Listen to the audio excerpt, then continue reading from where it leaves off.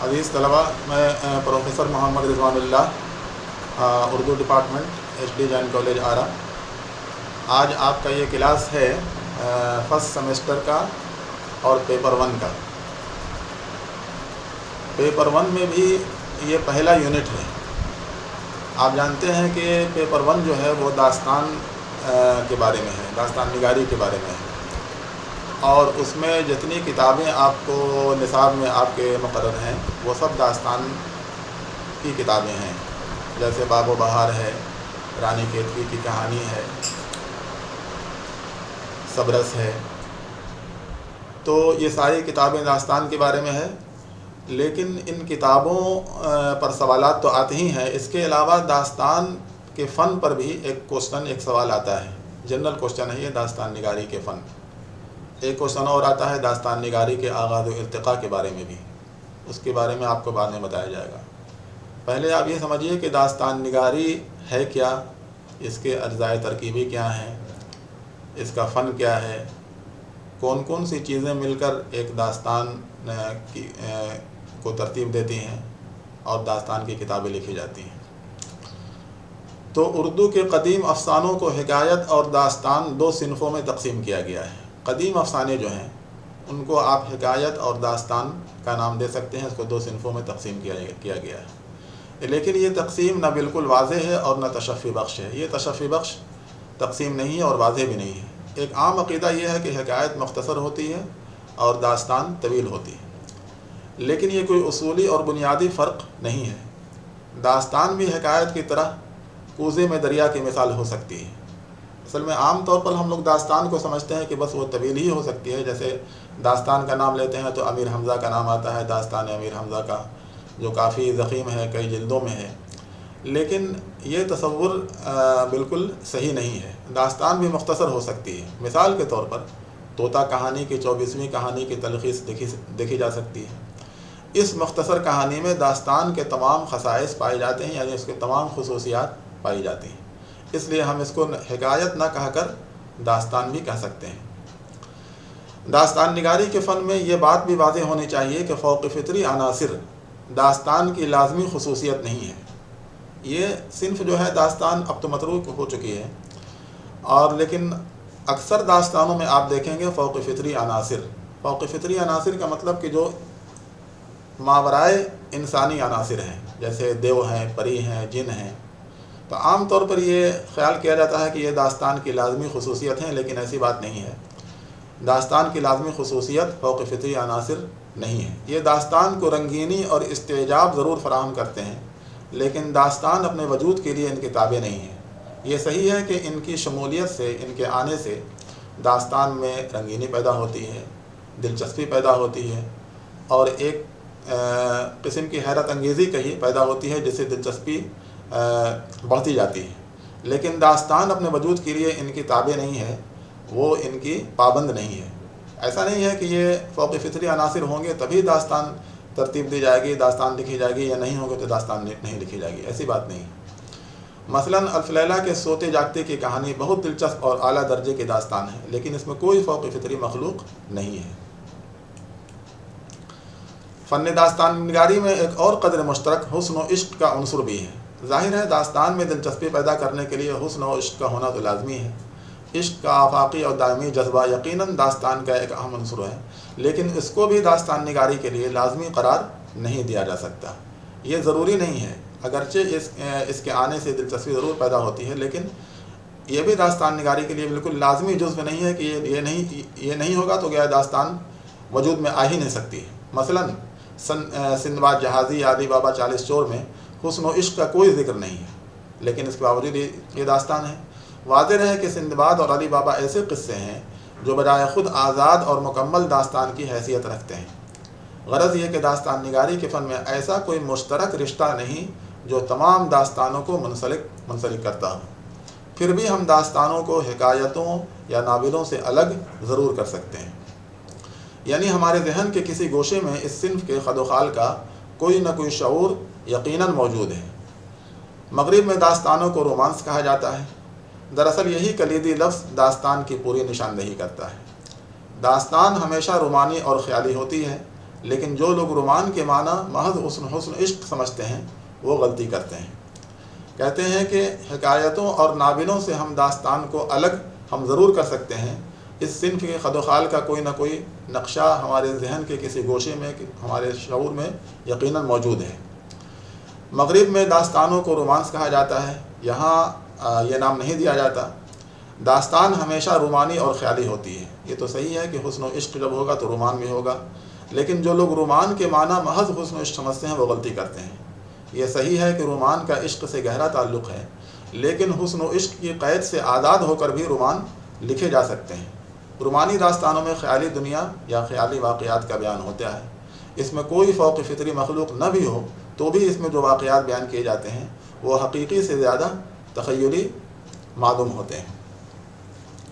فوق فطری عناصر کی حیرت خیزی، حسن و عشق کی رنگینی، مہمات کی پیچیدگی اور بیان کی لطافت وغیرہ، انہی عناصر سے داستان عبارت ہے۔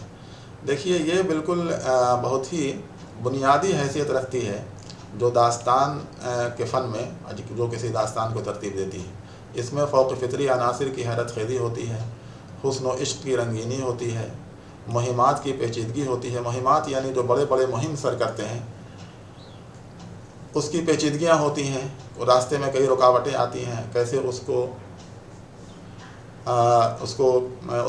پر قابو پایا جائے، اور بیان کی لطافت تو ہے ہی۔ انہی عناصر سے گویا داستان عبارت ہے۔ داستان کا مصنف واعظ یا ناصح نہیں ہوتا بلکہ خیالی فلسفہ کا قائل ہوتا ہے۔ اس کا وار عقل سے زیادہ دل پر ہوتا ہے اور وہ فکر سے زیادہ جذبے کو بیدار کرتا ہے۔ آپ ایک داستان نگار سے کسی واعظ یا نصیحت کی توقع نہیں کر سکتے۔ وہ ایک خیالی دنیا میں رہتا ہے اور اپنے پڑھنے والوں کو بھی اسی دنیا میں لے جانا چاہتا ہے، اور یہی وجہ ہے کہ وہ فکر پر توجہ کم ہوتی ہے اس کی، اور زیادہ تر وہ جذبہ کو بیدار کرتا ہے۔ اور جب جذبات میں پیچیدگی پیدا ہوتی ہے تو پھر ظاہر سی بات ہے سننے والوں کو دلچسپی بھی پیدا ہوتی ہے اور وہ جاننے کا مشتاق ہوتا ہے کہ آگے اب کیا ہونے والا ہے۔ خواجہ امان نے ترجمہ بستان خیال کے دیباچے میں داستان کی حسب دل خصوصیات بیان کی ہیں۔ خواجہ امان نے جو داستان کے فن کے بارے میں جو خصوصیات بیان کی ہیں وہ کچھ اس طرح ہیں۔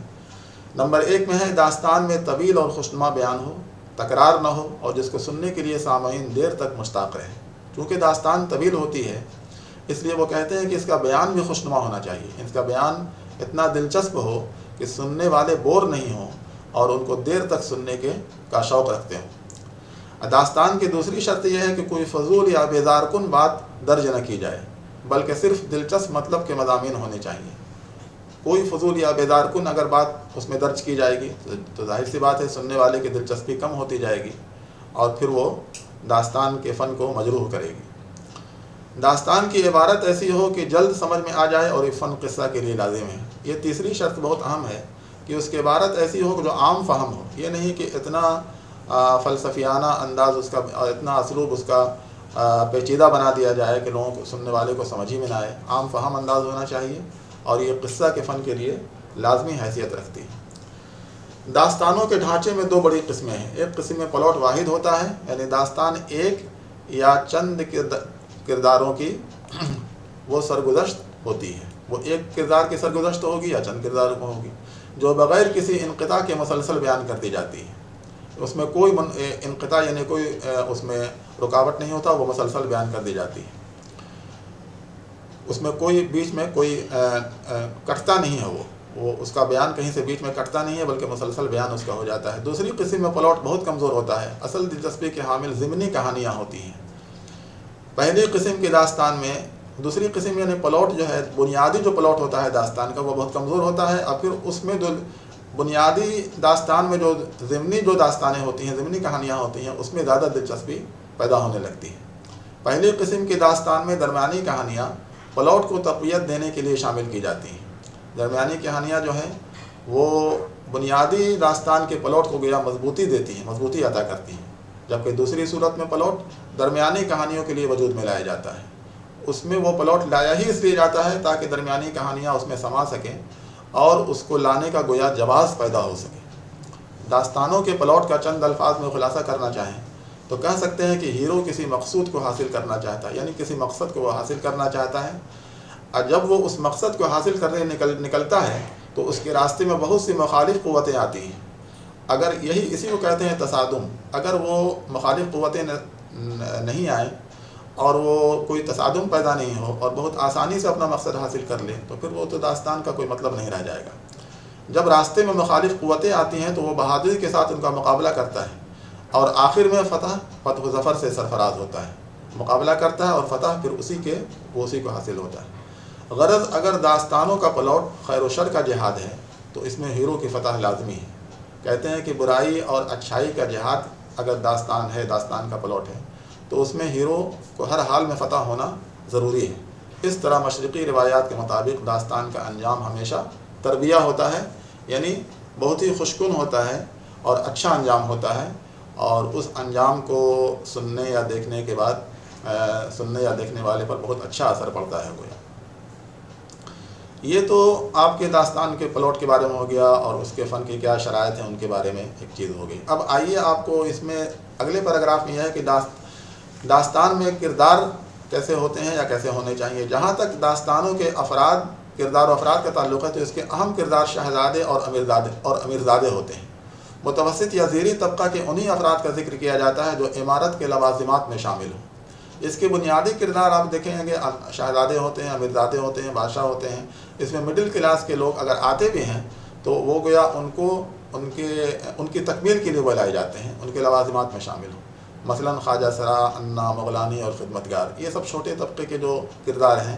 ظاہر سی بات ہے یہ جو بڑے کردار لائیں گے تو ان کو مکمل کرنے کے لیے کردار بھی لانا گویا لازمی ہے. تو یہ داستانوں کے کردار میں لازمی ہیں. گویا داستانوں کے طبقہ بالا یعنی جو اپر کلاس کے لوگ ہیں، داستانوں کے طبقہ بالا کے گرد طواف کرنے کی کئی وجوہات ہیں.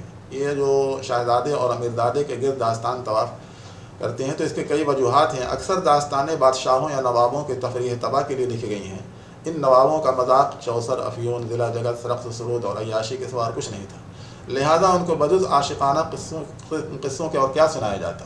ظاہر سی بات ہے یہ نوابوں کے تفریح کے لیے لکھا گیا تھا. اس میں کوئی غم کا کوئی واقعہ تو بیان کرنے کا کوئی سوال ہی نہیں تھا. وہ عیاش پسند تھے اور ان کو وہ عاشقانہ قصے سننا چاہتے تھے، لہذا ان کے مزاج کو اور اس زمانے کے ماحول کو، معاشرت کو سامنے رکھتے ہوئے اس قسم کی داستانیں لکھی جا رہی تھیں. داستان گو نہ عوامی زندگی سے واقف تھے اور نہ اسے بیان کرنے کی قدرت رکھتے تھے. ظاہر سی بات ہے وہ معاشرے میں تو رہتے نہیں تھے، انہیں نوابوں کے ساتھ اور شہزادوں کے ساتھ رہتے تھے، ان کے مزاج کو سمجھتے تھے اور وہ اسے بیان کرتے تھے. ساز و سامان کے طولانی بیانات عمرہ ہی کے قصوں میں ادا ہو سکتے ہیں. داستانوں کی عظمت ہیرو کی رفت کے ساتھ منسلک ہوتی ہے. اب دیکھیے اس میں الگ الگ کہتے ہیں کہ داستانوں کی عظمت انہیں بڑائی کیا ہے کہ اس میں ہیرو کی بھی بڑائی ہونی چاہیے، اس کے ساتھ یہ بندھی ہوئی ہوتی ہے، منسلک ہوتی ہے. اس کی ذات میں چند فلک بوس خوبیاں جمع ہوتی ہیں. کس کی ذات میں؟ یعنی ہیرو کی ذات میں فلک بوس خوبیاں، یعنی بہت بڑی بڑی خوبیاں اس کی ذات میں جمع ہو جاتی ہیں. مثلا وہ نہایت حسین و جمیل ہوتا ہے، شہزادیاں اس پر فریفتہ ہوتی ہیں، بڑے بڑے مہم کو وہ سر کرتا ہے اور بالآخر گوہر مقصود کو حاصل کر لیتا ہے. بہادر بھی ہوتا ہے اور آخر اپنے مقصد کو وہ حاصل کرنے میں کامیاب ہو جاتا ہے. جہاں تک داستانیں کو ہیروئن کے بارے میں ہے تو وہ بھی چند انتہائی خوبیوں سے متصف ہوتی ہیں. ان کے مقابلے میں جو برے کردار ہوتے ہیں ان میں بھی مثالیت ہوتی ہے. مثالیت کا مطلب کہ ان میں بعض بڑے ذلیل، مغرور اور قوی ہیکل ہوتے ہیں. غرض یہ کہ داستانوں میں اتحاد کیریکٹر کو غلط حدوں تک پہنچا دیا جاتا ہے. اس میں کردار میں کوئی ارتقاء نہیں ہوتا. ارتقاء کا مطلب کہ جیسا ہر شخص ابتدا میں ہوتا ہے ویسے ہی آخر تک رہتا ہے، جبکہ فطری کردار نگاری کا مطلب یہ ہے کہ اس میں اتار چڑھاؤ بھی ہوتا ہے، نشیب و فراز بھی ہوتا ہے، کبھی اچھا کام بھی ہوتا ہے، کبھی برا کام بھی ہوتا ہے. لیکن یہاں آپ کے داستانوں کے کردار میں ایسا کچھ نہیں ملے گا. یہاں نیک لوگوں سے کبھی کوئی بدی سرزد نہیں ہوتی اور برے لوگوں کبھی کوئی اچھا کام وہ کرتے ہی نہیں. داستان نگاری کے فن میں ایک بہت چیز ضروری ہے، وہ ہے اس میں اثر پیدا کرنا لازمی ہے. اب دیکھا جائے کہ کیسے پیدا ہوگا اس میں اثر، تو لہٰذا ہم دیکھتے ہیں کہ اردو کے بیشتر داستانیں تاثیر سے مملو ہیں. مملو یعنی بھری ہوئی ہیں. یہ ہمارے دل و دماغ دونوں کو مسحور کرتے ہیں، یعنی جادو پیدا کر دیتے ہیں. اس تاثیر کا ایک رخ تو اخلاقی ہے. ہیرو جب کبھی کسی بلا میں پھنستا ہے تو ہمارے اندر انسانی ہمدردی پیدا ہو جاتی ہے. اس کے علاوہ ان داستانوں میں ایثار و قربانی کی ترغیب اور خدمت خلق کا جذبہ بھی ہے. یہی دیکھیے اخلاقی رخ ہے اس کا. کہ ان داستانوں میں اثار و قربانی کی ترغیب دی جاتی ہے اور عام لوگوں کی خدمت کا جذبہ گویا پیدا کرنے کی کوشش کی جاتی ہے۔ مثال کے طور پر جیسے داستان حاتم طائی کو لیجیے۔ حالانکہ داستانیں ایک بے عمل اور آرام طلب سوسائٹی کی پیداوار ہے، لیکن اس کے باوجود یہ خود عمل اور زندگی کی حرارت سے بھرپور ہیں۔ یہ بہت اہم نقطہ ہے داستان نگاری کے فن کے بارے میں۔ فن داستان نگاری کے ایک اہم خصوصیت یہ بھی ہے کہ ان داستانوں میں عظمت رفتہ کے بعض شعبوں کے تابدار مرقع پائے جاتے ہیں۔ ان میں 19ویں صدی کے لکھنؤ اور دلی کی تہذیب کی شان و شوکت محفوظ ہیں۔ دیکھیے داستانیں تو پرانے زمانے کو سامنے رکھ کے لکھی گئی ہیں، لیکن یہ ہے کہ اس میں لکھنؤ اور دلی کی تہذیب لکھنے والے چونکہ داستان نگار جو تھے وہ ان کے سامنے لکھنؤ اور دلی کی تہذیبیں سامنے تھی، لہذا آپ دیکھیں گے کہ 19ویں صدی میں جو لکھنؤ اور دلی کی جو معاشرت تھی اور وہاں کی جو تہذیبی فضا تھی، جو شان و شوکت تھی، اس کا عکس آپ کو ان داستانوں میں جھلملاتا ہوا نظر آئے گا۔ مثال کے طور پر جیسے بصرے کے نام سے ایک داستان ہے، اس کو آپ دیکھیے تو اس میں دلی کی تہذیب گویا کاغذ پر اتار کر رکھ دی گئی ہے۔ تہذیبی مرقعوں اور رومانی فضا کے علاوہ داستان نگاری کے فن میں منظر نگاری بھی ایک متاع فخر ہے۔ ٹوپوگرافی بہت ضروری ہے داستان نگاری کے لیے، یاد رکھیے۔ داستان نویسوں نے مناظر فطرت کے خوب سما باندھے ہیں، بہت اچھی منظر نگاری انہوں نے کی ہے۔ یہ ضروری نہیں ہے کہ حسین اور خوشگوار مناظر ہی پیش کیے جائیں، دشت کی ویرانی، رات کا سناٹا، سورج کی تمازت، یہ تمام چیزیں گویا منظر نگاری کے ذیل میں آتی ہیں اور داستان نگاریوں نے بڑی خوبی کے ساتھ ان کا بیان کیا ہے۔ تو یہ ساری چیزیں مل کر گویا ایک داستان کے اجزاء ترکیبی ہیں۔ یہ ساری اجزاء ترکیبی مل کر ایک خوبصورت داستان بناتی ہیں۔ داستان کی کتابیں اسی بنیاد پر گویا لکھی گئی ہیں۔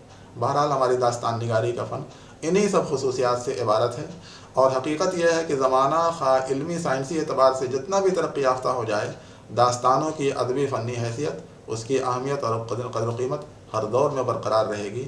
یہی وجہ ہے کہ آج گویا یہ داستان کے صنف کا متروک ہو چکی ہے، لیکن اس میں قارئین کی دلچسپی میں کہیں سے کوئی کمی اس میں آج تک نہیں آئی ہے۔ تو یہ داستان نگاری کے فن پر ایک چھوٹا سا لیکچر تھا۔ امید ہے آپ لوگوں نے غور سے سنا ہوگا، دیکھا ہوگا، اور امید ہے اس سے آپ لوگ مستفید ہوں گے، فائدہ اٹھائیں گے۔ شکریہ۔